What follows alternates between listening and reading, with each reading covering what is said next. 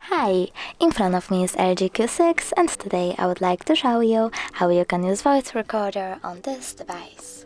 First of all, you need to find sound recorder and tap on it. In this case, audio recorder.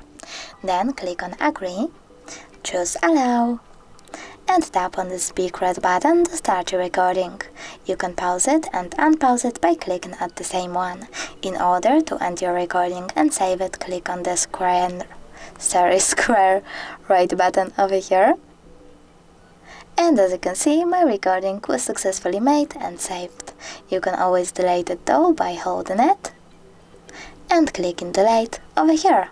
Now confirm your choice by tapping on delete again. Thanks so much for watching. If you enjoyed this video, don't forget to leave a like, comment and subscribe. Bye!